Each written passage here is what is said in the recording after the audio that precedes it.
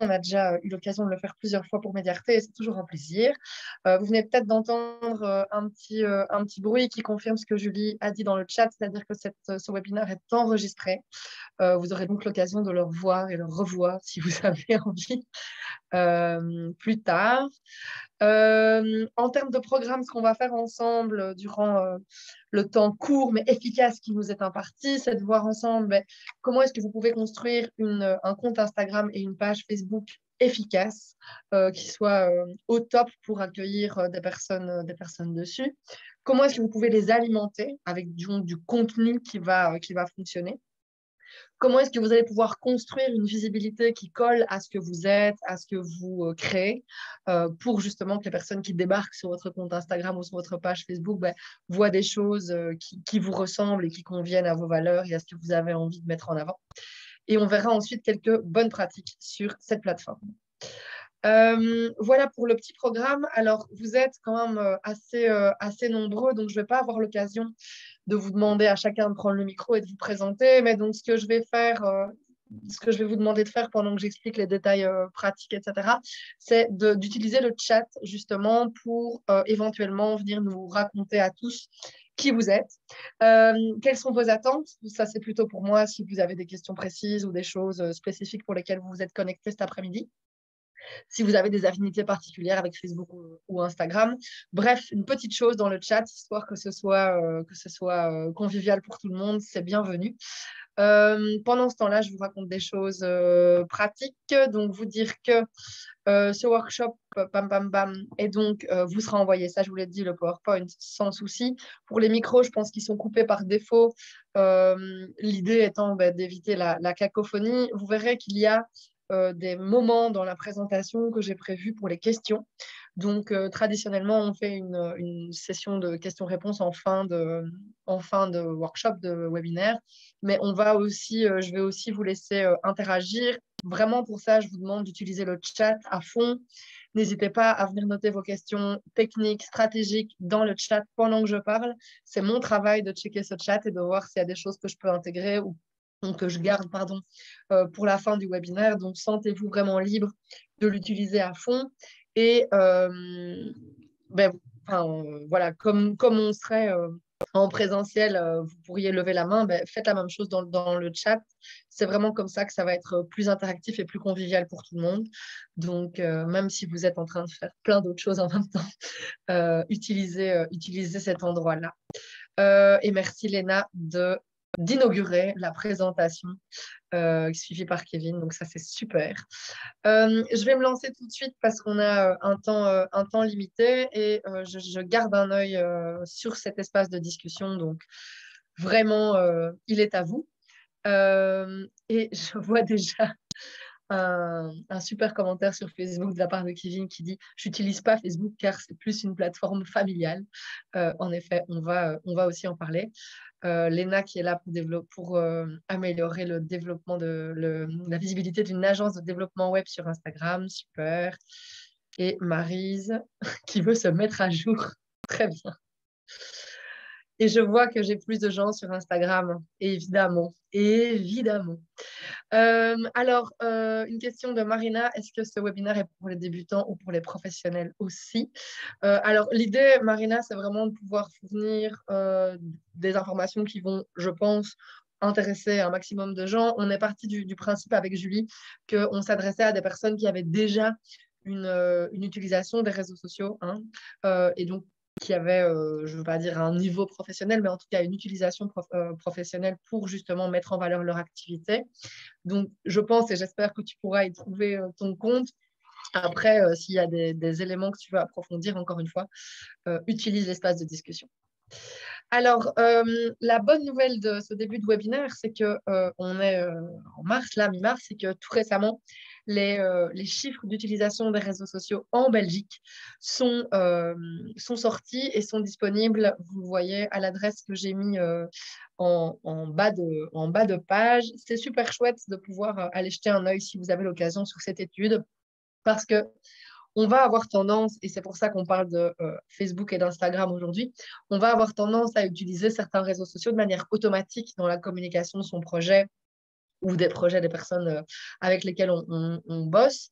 Et il est intéressant de venir quand même réfléchir, que ce soit en lancement ou que ce soit plus tard dans l'utilisation de ces plateformes, à la pertinence que ça a et à la stratégie qu'on met en place sur ces plateformes. Et donc, cette étude donne plein de chiffres super intéressants. Ici, ce que vous voyez, ben, c'est le succès des plateformes.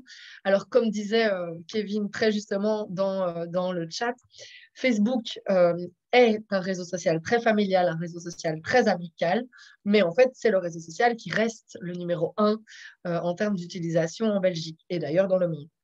Ceci, même si on entend de manière très régulière que Mark Zuckerberg nous a volé toutes nos données personnelles et que du coup, Facebook ne sert plus à rien, etc., etc., ou que TikTok va manger Facebook. OK. Toujours est-il qu'à l'heure actuelle, ça reste le réseau social numéro un. Ça ne veut pas dire qu'il faut absolument l'utiliser, hein. Je vois que vous êtes plusieurs à avoir quelques réticences ou en tout cas à avoir une page, mais pas forcément à l'utiliser, comme dit Maria-Elena.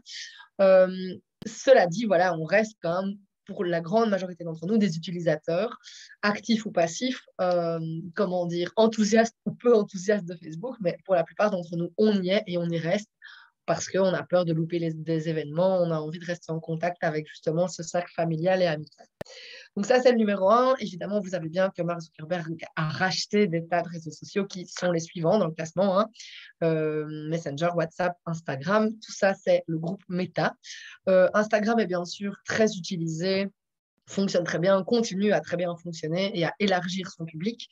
Donc, c'est aussi un réseau social très à succès.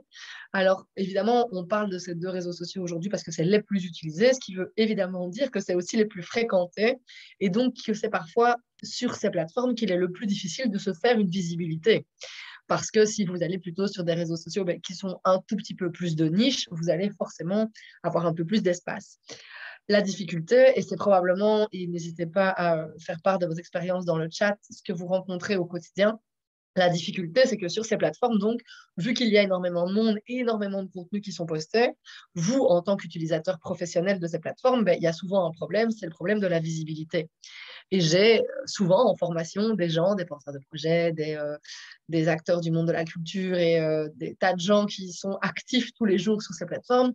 Ils ont souvent une même plainte par rapport à Facebook et Instagram, c'est le fait de dire qu'ils y passent beaucoup de temps, mais que le retour sur investissement n'est pas forcément là. C'est-à-dire qu'ils voient qu'il n'y a pas énormément d'engagement, comme on appelle ça sur les réseaux sociaux, pas beaucoup de likes, pas beaucoup de commentaires, pas beaucoup de partages. Et donc, il y a une espèce de lassitude qui s'installe dans l'utilisation de ces réseaux. Donc, on va en parler aujourd'hui. Mais donc, vous êtes là et vous utilisez deux réseaux sociaux hyper à succès. On va voir comment est-ce qu'on peut les utiliser de manière optimale. Alors, un petit pavé dans la mare pour commencer, c'est pour bien rappeler quelque chose euh, qui me semble très important à comprendre et à intégrer dans votre stratégie de communication, puisque j'imagine bien que que vous ne communiquez pas uniquement sur Facebook et sur Instagram.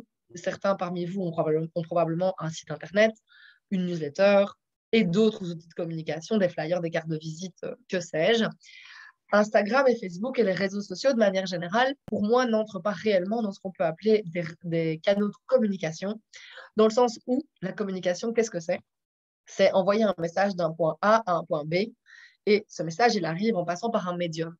Le problème de Facebook et d'Instagram, c'est qu'au milieu entre vous, le point A, et les gens auxquels vous souhaitez vous adresser, le point B, il y a un petit copain rigolo et en fait pas très rigolo, c'est l'algorithme. L'algorithme qui va décider de ce qui va être montré au point B. Donc ça, c'est quelque chose qu'il faut vraiment intégrer aussi dans votre manière de concevoir la communication sur vos réseaux sociaux. C'est que vous vous adressez à votre public, mais que vous ne savez pas si ce public reçoit l'information, parce qu'encore une fois, vous n'êtes pas maître de la diffusion des contenus. C'est pour ça qu'il vaut mieux avoir en tête que quand vous lancez des contenus comme ça sur les réseaux sociaux, vous lancez des bouteilles à la mer et vous ne savez pas qui va les attraper. Ce qui peut aussi avoir comme conséquence, il y en a peut-être parmi vous qui ont le sentiment, qui est bien réel, de parler tout le temps aux mêmes gens, c'est-à-dire d'avoir tout le temps les mêmes gens qui viennent aimer, commenter, partager vos contenus sur Facebook ou sur Instagram. Pourquoi? Parce que justement, l'algorithme a décidé que certaines personnes de votre entourage proche ou professionnel sont des fans, entre guillemets, et que donc ils vont voir tout le temps les contenus, ce qui peut être parfois un petit peu lassant. On a l'impression du coup qu'on s'adresse toujours aux mêmes 10 personnes et que le reste ne voit pas les contenus. Donc, il y a vraiment quelque chose qui doit être intégré dans votre stratégie de communication. Et je pense, et en tout cas, c'est ce que je conseille la plupart du temps, une combinaison à faire entre les canaux de diffusion que peuvent être Instagram et Facebook et des vrais canaux de communication. C'est pour ça que j'ai tendance à encourager la plupart des personnes que j'ai en formation à vraiment avoir une base de données, de contacts, avoir des mails, avoir des contacts réels de personnes, parce que j'entends de plus en plus de gens qui ont bâti des pages Facebook, des comptes Instagram à succès, et qui en fait se retrouvent un beau jour avec des problèmes de connexion XY parce que Facebook a planté ceci, parce que... Enfin, j'ai entendu des super histoires ces derniers temps, et du coup, ces gens perdent simplement le contact avec leur communauté. Donc, ne mettez pas tous vos œufs dans le panier méta, c'est un peu le message, et essayez surtout d'avoir des réels outils de communication en poche qui vous permettent, par exemple, puisque je vois plusieurs comédiens là qui viennent de commenter, ben, vous avez une première bientôt dans un théâtre, vous souhaitez inviter des gens, alors c'est super, vous pouvez créer un événement Facebook, vous pouvez faire un post Instagram, des stories Instagram, ce que vous voulez, mais si vous voulez réellement que les gens s'engagent et viennent, c'est peut-être aussi bien de leur envoyer un mail avec les dates, le bouton qui les envoie vers la réservation de tickets, etc. Mais donc, souvenez-vous toujours que vous vous adressez à un algorithme qui va choisir et que vous n'êtes pas maître de la diffusion de votre contenu. C'est important pour maîtriser ça convenablement. J'ajoute du coup quelque chose qui me semble crucial, surtout pour les personnes ici qui sont en lancement de communication sur les réseaux sociaux. Ne vous mettez pas comme objectif de vous dire je dois avoir une page Facebook avec des milliers d'abonnés ou un compte Instagram avec des milliers d'abonnés. Ne vous mettez pas des objectifs de chiffres, d'accord? Parce que ce n'est pas les chiffres qui vous intéressent. Ce n'est pas le fait d'avoir une grosse communauté qui est intéressant. Ça, c'était intéressant il y a 10 ans, il y a encore plus ou moins 5 ans. Mais à l'heure actuelle, ce qui nous intéresse, enfin, ce qui intéresse et les algorithmes et les gens, c'est d'avoir des micro-communautés qui soient engagées.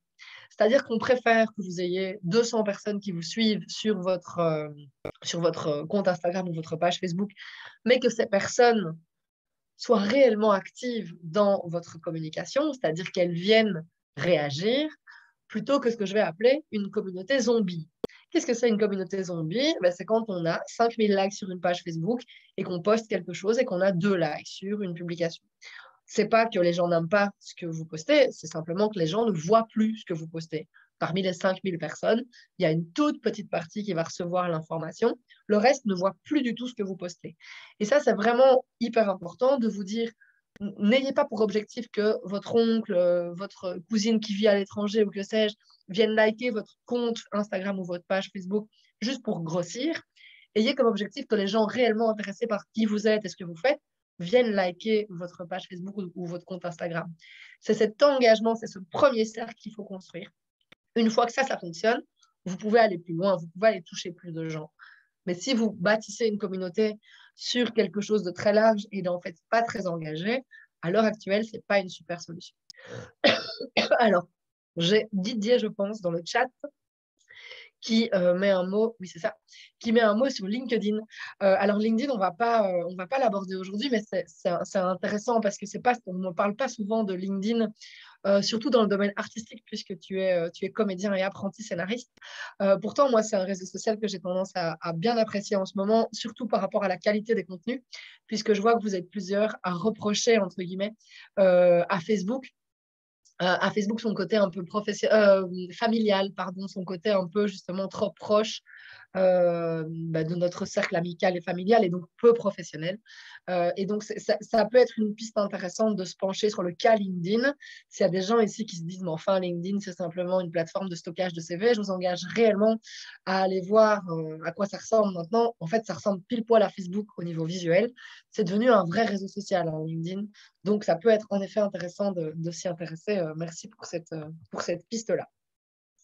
Alors justement, là, on dit Instagram, Facebook, je vois qu'il y a des gens qui ont tout à faire, qui n'ont encore rien commencé sur les réseaux sociaux et qui ont donc besoin de choisir. Et je suis réellement partisane de ce mot-là, du mot choisir.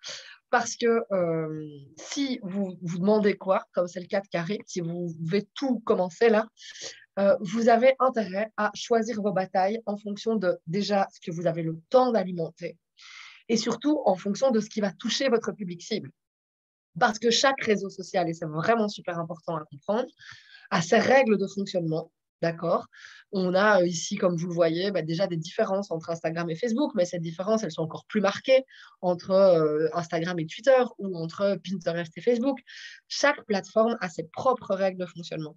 Et donc, ce que je vous encourage vraiment à éviter, c'est quelque chose qu'on a beaucoup vu, c'est la duplication du contenu. C'est-à-dire, je vais faire une photo que je poste sur Instagram, je vais la partager sur Facebook sans rien changer au texte, bam bam, je la partage au même moment. Et du coup, j'ai une communication qui est similaire sur les deux réseaux. C'est vraiment quelque chose que je vous encourage à arrêter si vous le faites ou à ne pas commencer si vous ne l'avez pas encore fait. Parce que chaque réseau social a son public cible, sa manière de parler et donc ses attentes. Et donc, si vous décidez de vous lancer sur plusieurs plateformes à la fois, vous devez avoir connaissance de cette grammaire, comme j'aime bien dire, la grammaire, c'est-à-dire le fonctionnement de ces plateformes, pour pouvoir convaincre le public qui est sur ces plateformes de venir vous suivre, justement parce que vous proposez du contenu adapté à la plateforme, au bon moment, au bon format, etc. Donc, si vous vous dites, oulala, là là, moi, j'ai pas le temps, en vrai, communiquer, c'est pas mon métier, déjà, c'est tout à fait vrai et il faut le garder en tête. Euh, ne vous lancez pas à corps perdu sur plein de plateformes à la fois. Faites des choix. Et si vous vous dites, pour commencer, je vais pas créer de page Facebook parce que ça me semble pas pertinent, très bien. Commencez par Instagram et faites-le bien. Mais mieux vaut être présent de manière optimale sur Instagram ou sur Facebook plutôt que de faire les deux et de faire les deux à moitié. D'accord? Pourquoi c'est important? Parce que votre présence sur les différents réseaux, elle va apparaître en termes de référencement. Une personne qui chercherait à en savoir plus sur votre profil, sur votre entreprise, elle va venir taper dans Google le nom du projet, etc.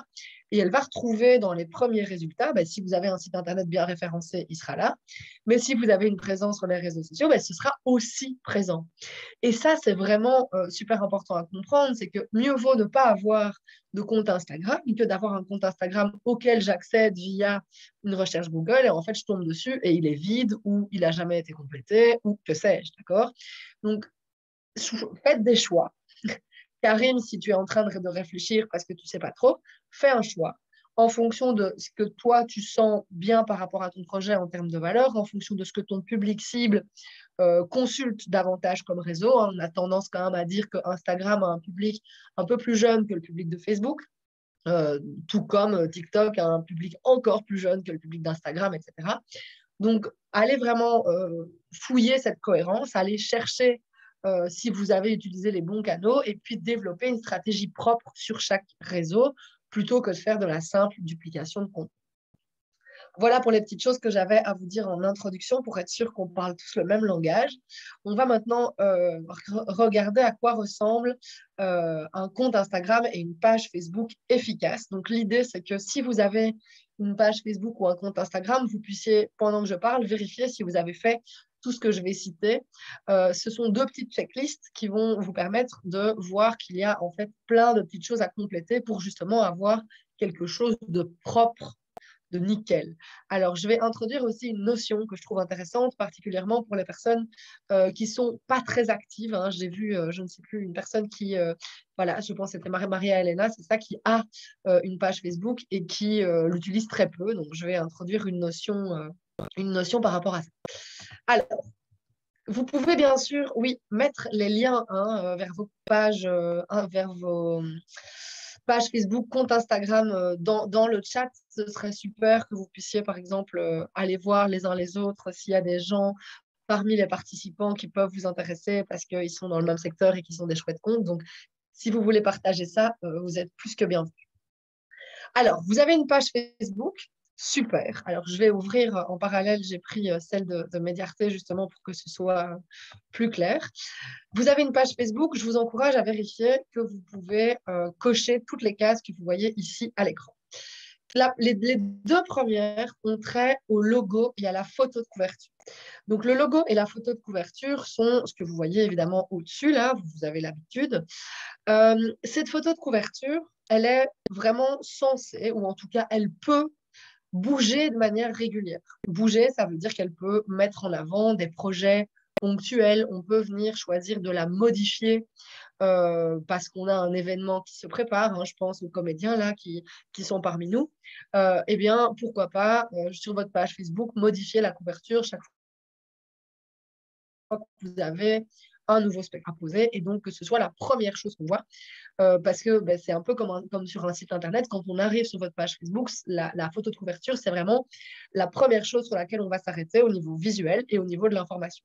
Donc cette photo de couverture, comme je le note ici, elle est à jour. Alors, rien ne vous oblige à la modifier de manière régulière, vous pouvez tout à fait faire comme c'est fait ici chez Mediarte, c'est-à-dire en faire une espèce d'image fixe qui vient donner un slogan par rapport à votre activité, qui vient montrer une image que vous avez particulièrement envie de mettre en avant.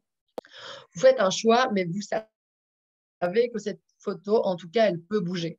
À l'inverse, la photo de profil, elle, n'est pas censée bouger. C'est-à-dire que c'est censé être une image fixe, sauf si vous décidez de changer tout à fait de visuel de promotion. Pour les gens qui ont des logos parce qu'ils sont dans des structures, des entreprises ou des projets spécifiques, ben, vous avez un logo et c'est censé rester le même.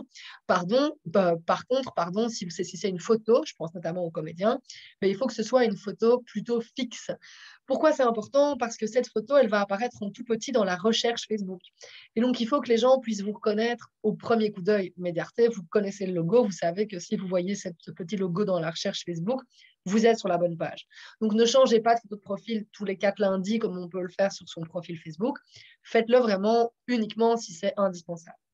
Alors, ces 2 photos doivent être légendées. Et je vais même pousser le bouchon plus loin. Toutes les photos que vous téléchargez sur Facebook devraient être légendées. Qu'est-ce que ça veut dire légendé? Et là, je vais tout de suite donner du travail à Julie, même si c'est peut-être pas elle qui s'occupe de la page Facebook. Mais donc, quand on clique sur la photo de couverture, qu'est-ce qui se passe? On ouvre une espèce de pop-up avec la photo qui va apparaître en plus grand. Et puis, sur la partie droite de l'écran, comme vous le voyez, il y a un espace qui vient donner la date de publication. Sauf qu'en vérité, il serait opportun de venir légender cette photo, c'est-à-dire de mettre ici, entre la date et le nombre de likes, un petit mot. Par exemple, dans le cas de Mediarte, ce serait vraiment super de mettre le lien cliquable vers le site internet. L'idée, c'est quoi? C'est de venir proposer aux gens un parcours. C'est ce que j'aime bien travailler quand je fais des formations autour de la stratégie, c'est de dire que les gens ne doivent jamais être dans un cul-de-sac. Ici, la seule chose que je peux faire, c'est revenir en arrière. Or, s'il y avait dans la petite description de la photo quelque chose qui me dirait envie d'en savoir plus sur, je ne sais pas, notre manière de travailler, rendez-vous sur notre site, ben, je pourrais simplement poursuivre mon parcours. Donc, quand vous téléchargez des photos, particulièrement photos de couverture, photos de profil, mettez des petits détails dessus qui permettent aux gens de faire quelque chose. Si vous avez un site internet, vous mettez le lien de votre site internet, ce sera cliquable et ça permettra aux gens d'y accéder directement. D'accord? Et c'est valable pour toutes les photos que vous allez télécharger sur Facebook. Faites en sorte qu'elles aient une légende. Sinon, qu'est-ce qui se passe? Vous mettez une photo de, je ne sais pas, un spectacle que vous avez fait.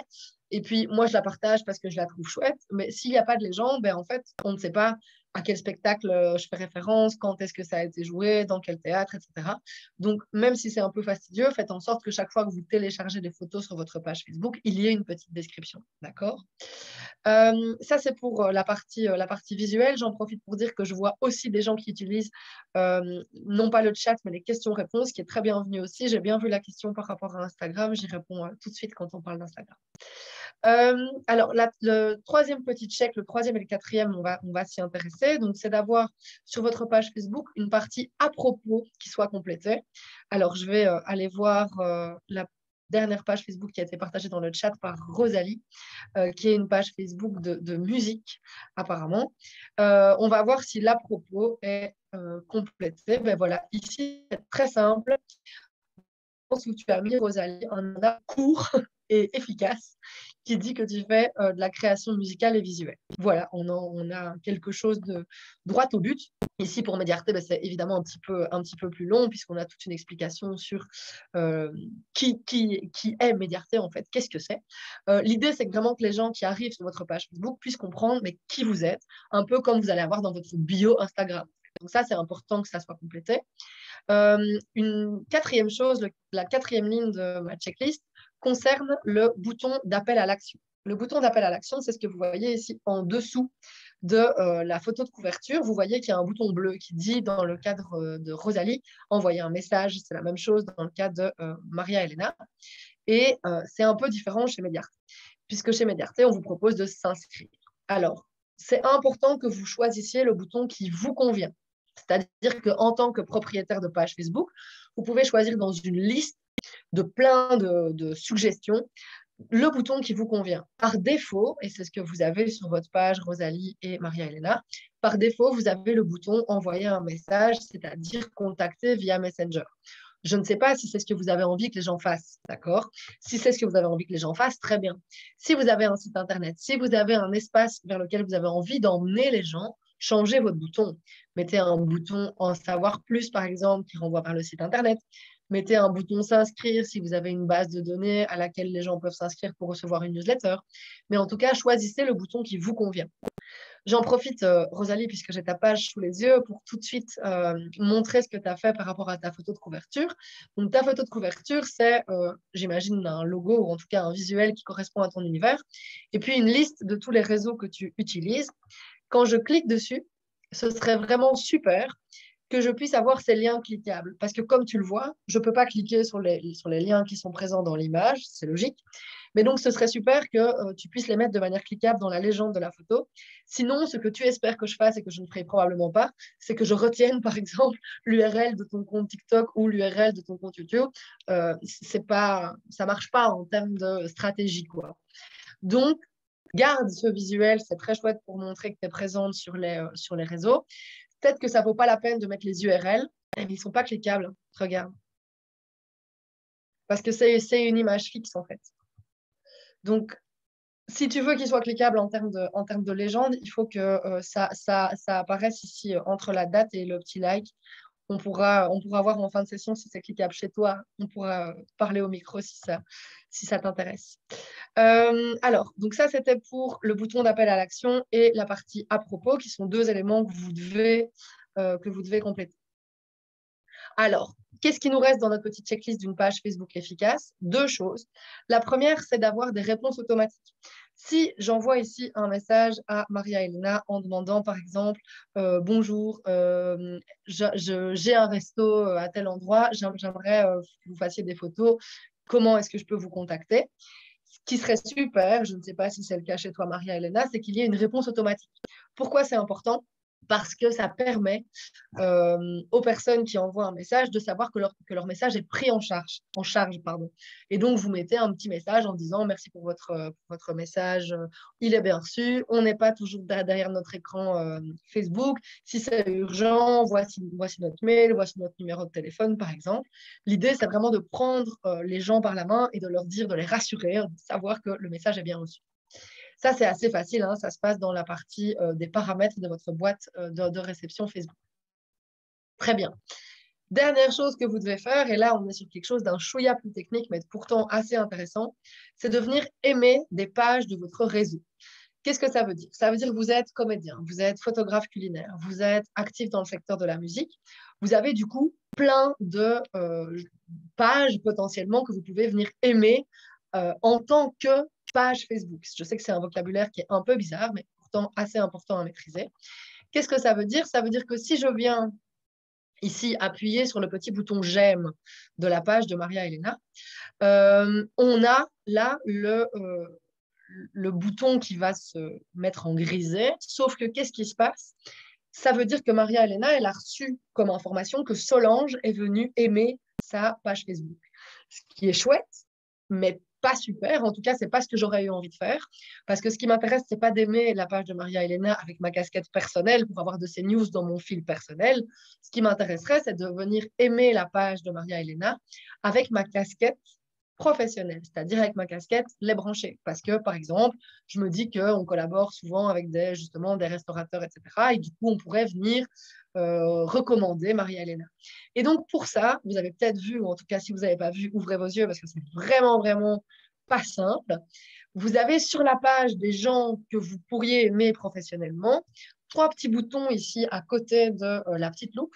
Si vous cliquez dessus, vous avez la possibilité de venir aimer en tant que votre page. Je sais que ça n'est pas du tout français, mais pourtant ça existe.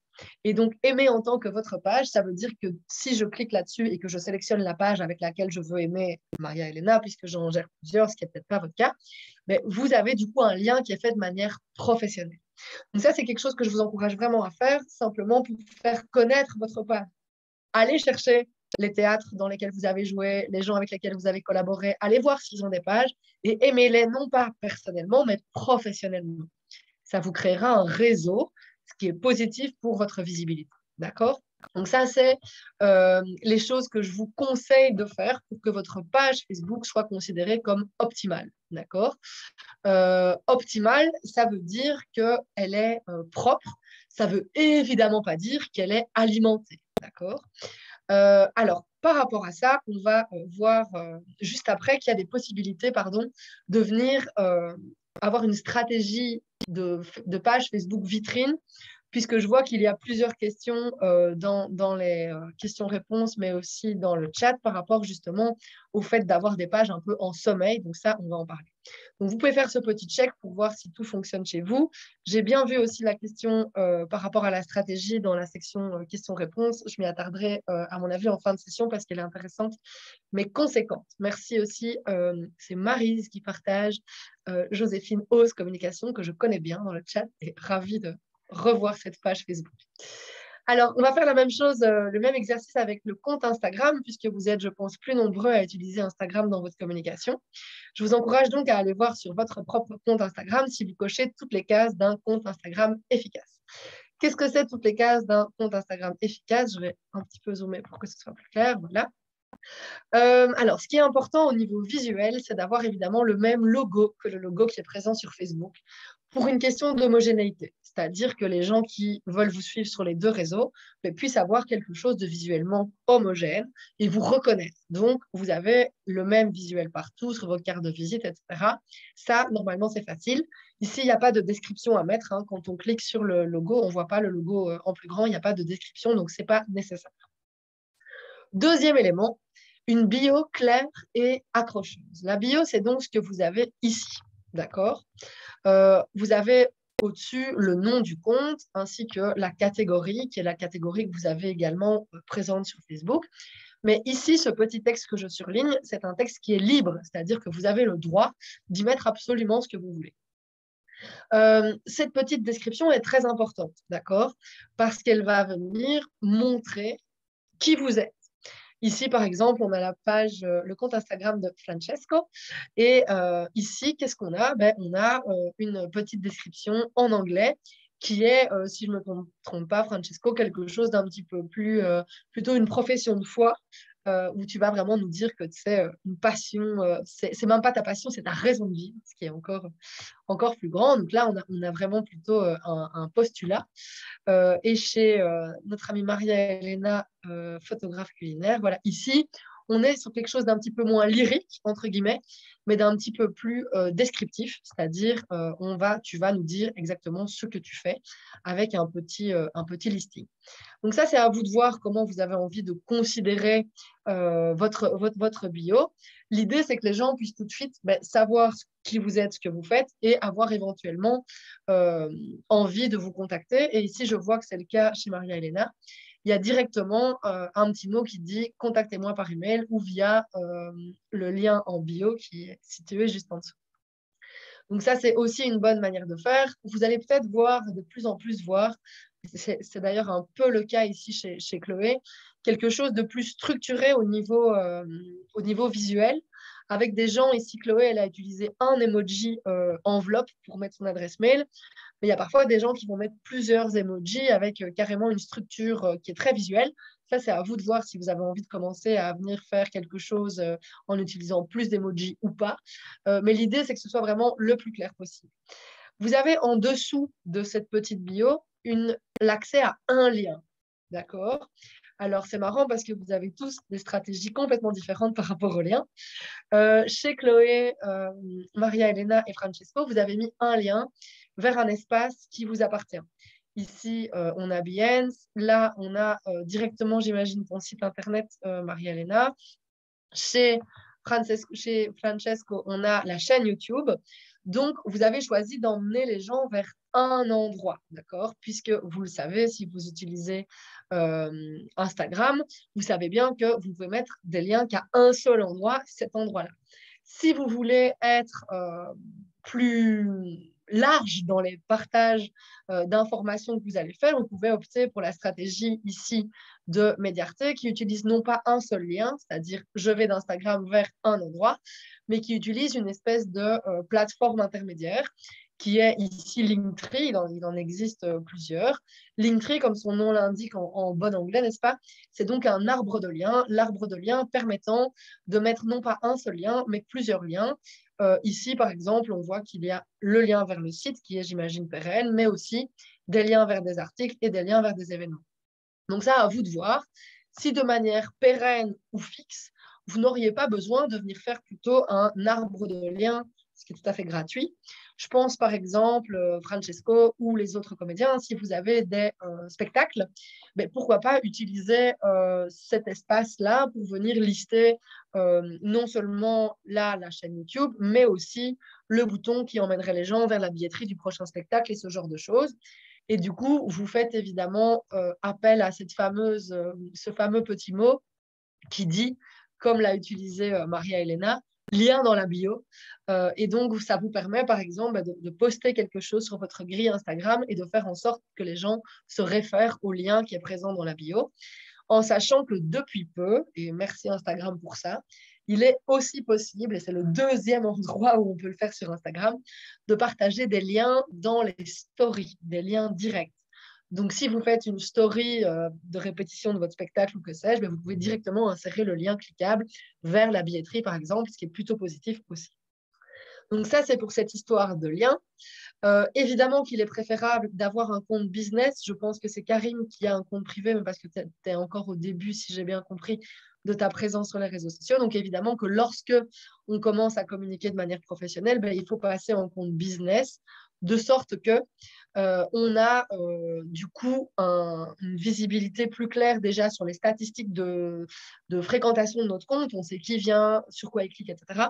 Et d'autre part, ce compte business va permettre aux gens de vous contacter directement de manière beaucoup plus claire. Francesco demande comment est-ce qu'on accède à Linktree. En fait, c'est très très simple. Tu tapes, je pense, voilà, c'est linktr.ee. Ils ont une drôle d'URL, mais c'est pour réussir à écrire tout ça. Et comme tu vois, tu peux facilement t'inscrire via le bouton au-dessus à droite. C'est gratuit. Et ça te permet, tu le vois chez Mediarte aussi, de venir choisir un fond de la couleur qui te convient et ce genre de choses. Donc, tu peux un peu paramétrer ton compte Linktree pour qu'il soit efficace. Je mets le lien dans le chat pour les gens qui n'ont pas tout suivi par rapport à la manière dont ça s'écrit. Dernière chose, c'est la même chose que pour Facebook, même si c'est un peu plus simple. Vous êtes évidemment invité à venir suivre des comptes Instagram avec votre compte Instagram professionnel, des comptes Instagram de votre réseau, d'accord? Pour avoir justement des choses à raconter, des choses à partager sur votre propre Instagram.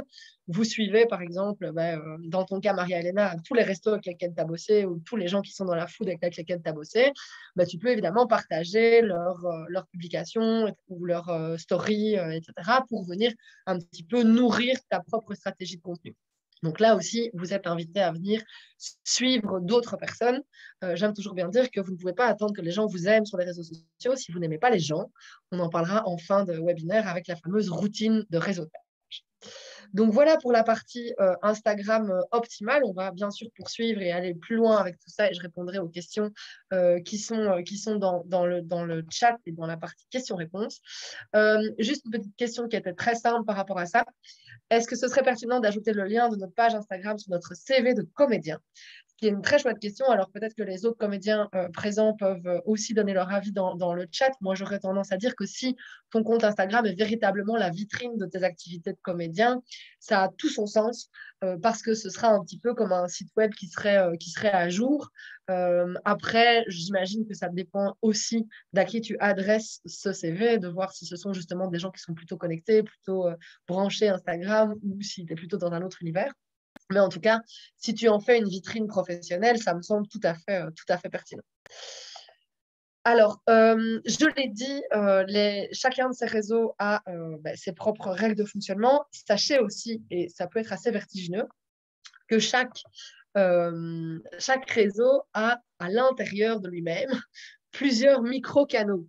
C'est le côté pieuvre de Facebook et d'Instagram, en sachant que vous pouvez, depuis votre page Facebook, non seulement publier des choses, hein, on va le voir dans la stratégie de contenu tout de suite, vous pouvez faire des lives, vous pouvez créer des événements, vous pouvez même, en tant que page, participer à certains groupes présents sur Facebook.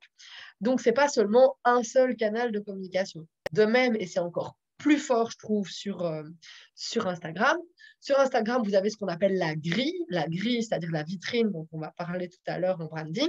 Et vous avez toute la partie plus animation, entre guillemets, c'est-à-dire les stories éphémères qui disparaissent après 24 heures, et les Reels, c'est-à-dire ces nouveaux formats destinés à concurrencer TikTok, qui est vraiment un format court, destiné à un public aussi un peu plus jeune hein, sur Instagram. Donc, à voir si c'est pertinent pour votre stratégie d'y être ou pas, enfin d'utiliser ces fonctionnalités-là ou pas.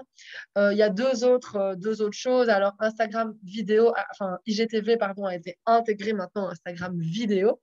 Mais donc, il y a toute la partie vidéo qui ne sont pas des Reels, qui sont aussi présentes. Et puis, vous avez les guides.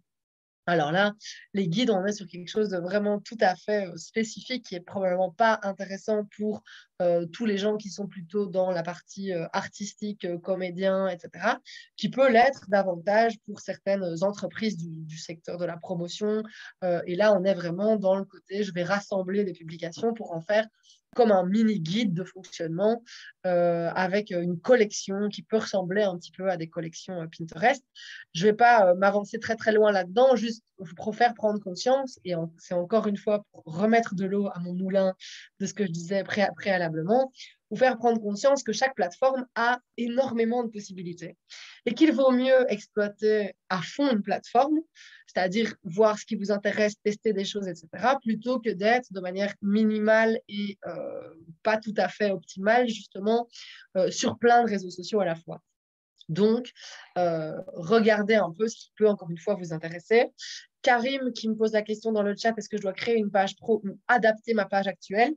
J'ai envie de te dire que ça dépend. C'est-à-dire que sur Instagram, soit tu te dis, moi j'ai envie de garder un compte personnel parce que j'ai envie de mettre des photos plus perso et donc j'en crée un autre avec une ambition plus professionnelle. Soit ton compte Instagram actuel est tout à fait vide ou est tout à fait déjà professionnel dans son look, dans ce cas-là, tu peux le transformer. Mais c'est un peu différent Facebook et Instagram. Sur Facebook, tu as besoin d'un profil pour créer une page. Sur Instagram, tu peux avoir plusieurs comptes. Donc, tu peux avoir un compte pro, un compte perso, etc. Donc, ça, c'est plutôt un choix personnel par rapport à tes souhaits d'utilisation. D'accord? Alors, les questions, je pense que je les prends plus ou moins au fur et à mesure. Hein. Il y a juste la question par rapport à la stratégie à laquelle je répondrai un peu plus tard parce qu'elle est plus longue et que j'ai envie de la lire convenablement avant de m'aventurer à y répondre. Vous êtes donc présent sur Facebook et ou sur Instagram. Qu'est-ce que vous racontez à votre public sur ces plateformes? Alors, première chose, il faut bien comprendre que les gens sont présents sur les réseaux sociaux pour des raisons qui ne sont pas toujours suivre votre actualité, d'accord? La plupart des gens, ils ouvrent Facebook et Instagram parce qu'ils ont envie de se divertir, hein. Ils sont en train d'attendre le tram, que sais-je, ils ouvrent un réseau social, très bien. Ils veulent apprendre quelque chose, ils veulent s'inspirer. Ça, c'est vraiment la majeure partie des gens, et vous le verrez dans l'étude de Xavier que j'ai mentionné au début, mais c'est assez impressionnant de voir qu'en fait, la plupart des gens sont sur les réseaux sociaux parce qu'ils veulent rester en contact avec leurs amis, leur famille, comme vous avez dit au début. D'accord? Donc, il y a toute cette partie-là où vous devez vous dire que vous parlez à des gens qui ne sont pas là pour prendre de vos nouvelles professionnelles, mais qui sont là pour les raisons qui sont affichées. C'est surtout le cas sur Facebook. Et c'est pour ça que c'est important d'avoir des stratégies très différentes sur Facebook et sur Instagram. Sur Facebook, si vous avez déjà testé les contenus, la publication de contenu sur Facebook, vous savez très bien que ce qui fonctionne, et je sais, Marie, ce que tu fais beaucoup sur la page Joséphine Ose, il y a beaucoup de contenu humain. C'est-à-dire qu'on voit souvent ta tête, on voit souvent le fait que tu poses avec tes clients, tes clientes, que tu viens raconter de ta vie privée, etc., etc. Et c'est vrai que c'est quelque chose qui avait été émis comme une crainte parmi les premiers messages que j'ai vus dans le chat, c'est de devoir partager de sa vie privée quand on est sur Facebook. Donc, pour ça, attention qu'en effet, les gens qui sont présents sur la plateforme Facebook ont souvent des attentes plus humaines, plus, euh, j'ai envie de dire, un petit peu moins artistiques que ce qu'on trouve sur Instagram. Et vous le voyez évidemment aussi du côté visuel, on va en parler dans quelques minutes pour la partie branding. Donc, vous devez vous dire que si vous voulez que votre contenu Facebook fonctionne, ben, il faut un petit peu se mettre au niveau de ce que les gens attendent sur Facebook, ce qui est souvent très familial, très amical, etc. Et donc, souvent montrer un petit peu plus de soi. À l'inverse, le contenu sur Instagram n'est pas du tout ce type de contenu-là. Et donc, c'est pour ça, encore une fois, que votre duplication de contenu, le fait de partager les mêmes choses des deux côtés, n'est pas vraiment conseillé parce que les gens attendent des choses différentes. D'accord? Mais donc, première chose, bien se rappeler que les gens ne sont pas là pour acheter vos produits, vos services ou pour s'inscrire directement à une formation ou à un spectacle que vous organisez, mais ils sont là souvent pour les raisons que vous voyez s'afficher. Du coup, vous, qu'est-ce que vous allez faire sur les plateformes Instagram et Facebook pour avoir une stratégie? Vous allez réfléchir à plusieurs éléments. La première chose, et c'est un élément chiant et pourtant très important, il faut prendre conscience que si vous voulez que votre page Facebook et votre compte Instagram soient des outils de visibilité, vous devez être régulier. Qu'est-ce que ça veut dire? Ça veut dire que notre ami l'algorithme, qui est donc entre A et B, comme je disais au début, mais il va choisir de venir montrer votre contenu si vous êtes un bon client. Et être un bon client, ça veut dire être régulier. C'est comme dans les magasins, hein, on a des réductions quand on est fidèle. Ben ici, on est plus visible quand on est régulier. Donc, ça veut dire que si vous n'utilisez pas votre page Facebook ou votre compte Instagram pendant 6 mois parce que vous n'avez rien à publier, vous êtes en répétition, vous ne voyez pas du tout ce que vous pouvez en dire, ben, il ne faut pas vous attendre à ce que votre premier post, tout d'un coup, rencontre un succès incroyable. Parce que Facebook et Instagram vont un peu vous faire payer, entre guillemets, votre absence. Donc, j'en reparlerai un peu plus tard, mais si vous utilisez vraiment Facebook et Instagram comme des outils pour attirer les gens, ben, il faut donner du contenu à la machine Facebook et Instagram et donc être régulier. Alors, il n'y a pas de règle, hein, je ne vais pas vous dire il faut être présent tous les mardis à 11h17, mais il faut savoir que si vous êtes présent moins d'une fois par semaine ou moins d'une fois tous les 10 jours, ça devient un petit peu compliqué. Alors, ça ne sert à rien non plus d'être présent plus qu'une fois par jour, en tout cas sur Facebook. C'est tout à fait différent, bien sûr, dans les stories Instagram qui peuvent être très régulières. D'accord? Mais régularité, premier élément très important de la présence sur les réseaux sociaux. Deuxième chose, il faut que vous ayez du contenu à raconter. Et je vais le prendre avec le troisième élément qui est le storytelling. Ce contenu doit être un peu emballé pour les réseaux, justement pour convenir à ces fameuses attentes qu'on vient de voir. C'est-à-dire, je vais prendre du contenu à partager, ma nouvelle création, les nouvelles photos que j'ai faites, un nouveau client que j'ai envie de mettre à l'honneur. Et je vais réfléchir à la manière dont je vais l'amener, dont je vais le raconter. La manière dont vous allez l'amener va évidemment dépendre de qui vous êtes, de quelles sont vos valeurs, quelle est votre manière de parler. Tout ça dépend de la stratégie de base de votre communication. Donc, si vous avez décidé d'être minimaliste dans votre communication, ben, vous êtes minimaliste et c'est votre manière d'être. Si vous avez décidé au contraire de venir raconter beaucoup de votre vie privée parce que ça a du sens par rapport à votre projet, faites-le. Mais ne faites absolument pas des choses parce qu'on vous a dit qu'il fallait faire comme ça ou parce que tout le monde fait comme ça si ça n'est pas quelque chose avec lequel vous êtes à l'aise. Je ne vais jamais vous obliger à faire des selfies de vous-même ou à raconter ce qui se passe dans votre famille simplement pour avoir des likes, ça n'a pas de sens, d'accord? Mais donc, il vous faut du contenu, on va voir quelques axes tout de suite. En termes de stratégie, il vous faut évidemment des interactions, c'est-à-dire qu'il est important que les gens qui voient votre contenu soient encouragés à interagir avec, puisque c'est comme ça que votre contenu va être visible. Il vous faut de la créativité. Et là, je pense, m'adressant à un public quand même en grande majorité artistique et créatif, qu'il n'y a pas trop de problème par rapport à ça. L'idée étant évidemment de sortir un peu son épingle du jeu. Vous savez que Facebook et Instagram sont des outils qui deviennent très, très lisses, dans le sens où tout le monde commence à partager la même chose. Maria Elena, je pense que c'est particulièrement le cas dans la food. J'ai l'impression que tout le monde tous les restos finissent par avoir les mêmes looks Instagram. Mais donc, il y a vraiment cette importance d'avoir aussi un aspect créatif pour sortir un peu du lot et avoir quelque chose d'un petit peu plus attractif, même si je sais que c'est très facile à dire et moins facile à faire. Dernière chose, votre stratégie doit être analysée. C'est-à-dire que ce que je vous encourage vraiment à faire, c'est à objectiver votre présence sur les réseaux sociaux. Parce que, encore une fois, j'en ai ras-le-bol d'avoir des gens en formation qui me disent je suis obligée de poster sur Facebook et donc je prends X temps par semaine pour le faire, ça ne me ramène rien. Ça ne vaut pas la peine de faire ça. Analysez, regardez vos statistiques, voyez ce qui fonctionne, voyez qui consulte Instagram, qui consulte Facebook, et du coup, travaillez des stratégies adaptées à ça. Et évitez de vous retrouver, encore une fois, avec un retour sur investissement en termes de temps de travail qui est un peu négatif. Euh, Si vous vous rendez compte après 6 mois que votre page Facebook ne fonctionne pas du tout, eh bien, on va en faire une page Facebook vitrine, comme je vais expliquer tout de suite, et ce sera très bien. D'accord? Mais prenez le temps, même si c'est chiant, de plonger dans les statistiques de manière régulière. Une fois par mois, par exemple, c'est un bon rythme. Il faut évidemment que votre positionnement, le positionnement de votre marque, entre guillemets, donc pour les personnes qui sont acteurs, actrices, comédiens, comédiennes, tout ce que j'ai vu, ben c'est vous-même. Il faut que vous soyez clair dans ce que vous êtes. Et clair dans ce que vous êtes, c'est particulièrement visible dans une grille Instagram. La grille Instagram, c'est ce que je suis en train de dérouler ici chez Chloé. C'est comme la vitrine d'un magasin. C'est-à-dire que c'est quelque chose qui doit tout de suite nous raconter quelque chose par rapport à la personne dont on consulte le compte.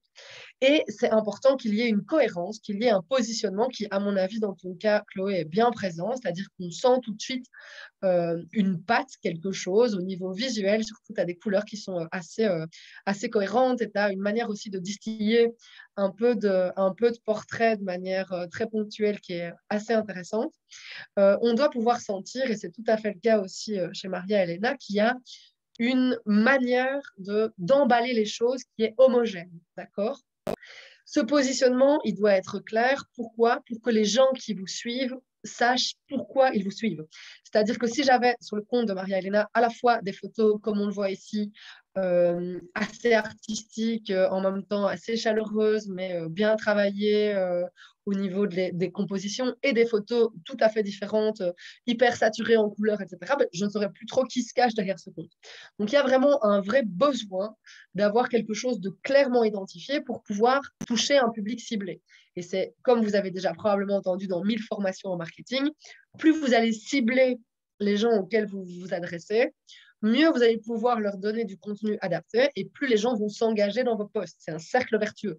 Si vous proposez des choses totalement grand public, comme on aime bien dire, ben, il est fort probable que personne ne s'y reconnaisse. D'accord? Donc, il faut essayer de faire bosser ces choses-là de manière homogène en donnant, comme cette slide est nommée. Vous savez aussi que sur les réseaux sociaux, ben, vous avez l'obligation, en tout cas si vous ne le savez pas, vous le savez dès maintenant, de ne pas parler que de vous. Parce que les réseaux sociaux sont, comme leur nom l'indique, des réseaux. Donc, quand on est dans un réseau, ben, on échange avec des gens, d'autres gens, des réseaux sociaux, donc comme c'est dit, qui n'est donc pas la même chose qu'un site Internet.